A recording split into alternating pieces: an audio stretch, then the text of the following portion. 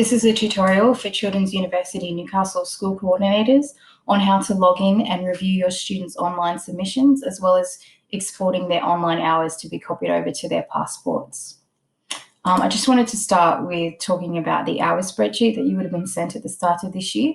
So this new website doesn't replace the physical passports that the students have, and all final hours need to be submitted to your project officer at the end of term 3, and they will advise you of that specific date. So certificates can be printed for graduations, and we take all the information we need off these spreadsheets that we send through at the start of the year. Names are a copy and paste, so please ensure that students' names are spelled correctly, or they also use the name that a student prefers to have printed on formal documents. Final hours go in the year column, and the spreadsheet will auto-populate certificate level that students have reached. The other important columns that need to be filled out each year are these ATSI, which is Aboriginal and Torres Strait Islander, or COLD, which is culturally and linguistically diverse.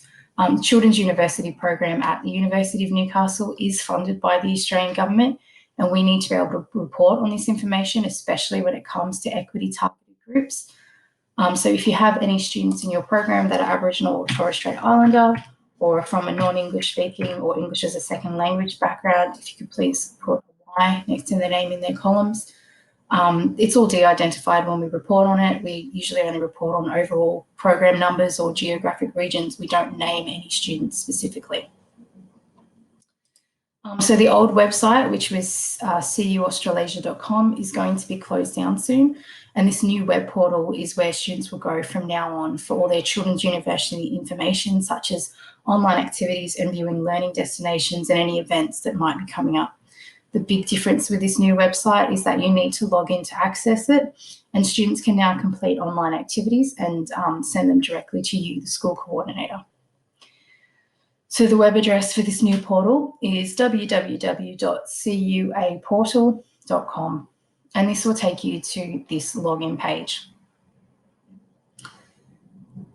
We will be sending you a pack which will include the school, the coordinator's username and password, as well as all your students' usernames and passwords to hand out. Your username most of the time will be your school name, and we've set this deliberately as one login per school. It was decided to do it this way, so if your school has a number of teachers that run the Children's University program, or if a different teacher takes over running the program next year, there's just one generic login to keep track of, and you don't have to pass over any personal information. So when you do log in, you're automatically taken to this dashboard page. You don't really need to worry too much about this page. It's set up for the students. However, if CU Newcastle have any notices or bulletins that we want to post, they'll just be up here, and that will mainly be reminders for graduations. You know, for example, final hours are due by the end of term 3, that sort of thing. At the top here is the menu that shows you the features of the websites for students. So you can see the online activities that are now available to them. If you have any students in the program at your school that are struggling to get to 30 hours, this could be a good place for them to find extra things to get them over the line. So feel free to print out any activities or booklets for students that might not have access to the web portal at home. A good example of this is Children's University at the University of Adelaide produce school holiday booklets every school holidays that are usually worth about 30 minutes per activity, and that could be a good little booster to get a few students over the line to graduation. It's important to note that all of the activities on this CU Online page are updated and used by all of the children's universities in Australia and New Zealand, and everything is available to CU students regardless of location. So you may find students sending you through activities that have been created by CUs in New Zealand or Tasmania, and that's totally fine. You can also view learning destinations in the New South Wales region, as well as this is where we'll also put any school holiday activities or upcoming events. The main page on this web portal for school coordinators is this profile button in the top right-hand corner. From here, you can select My Students, and you can see the students in your program that have logged into the website and have submitted activities for you to review. To review a student's work, simply click expand on their name, and you can see the activities that's submitted for you to review. Once you click on it, you can see what students were asked to do. There's also a link, so some of the activities, students just need to create a video or a document or a photograph and upload it to the web page. Some of the activities actually have text boxes that they need to write, answer questions. So if you just click on that link, that will be the activity that that particular student has uploaded.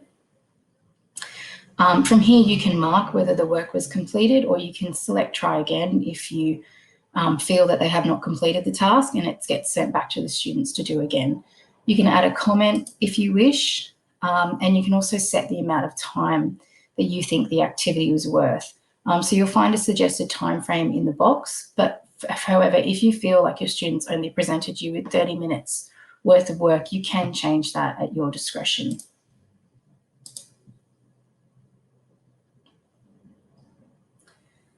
So exporting the information for their passports.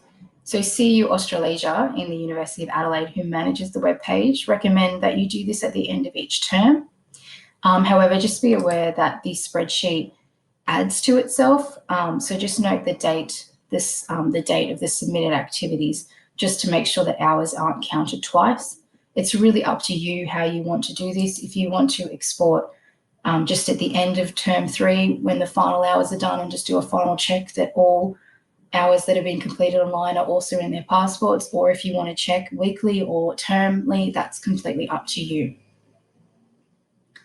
The students on the students tutorial for this website, they've been advised that they should write down in their passports, and as soon as they submit an online activity, they should be writing that in their passport so nothing is missed. The most important thing to remember is to add any online activities they do to that final hour spreadsheet, and that's sent back to your project officer. So the exported spreadsheet looks like this. So you can filter by students' names. You can also double check the date to make sure that you aren't counting things twice, and you can tally up the hours that they've spent online. Please contact your project officer if you're having any problems navigating the new web portal. All project officers have been trained on how to use this as both a coordinator and a student. So if you're having any issues, we're here to help you.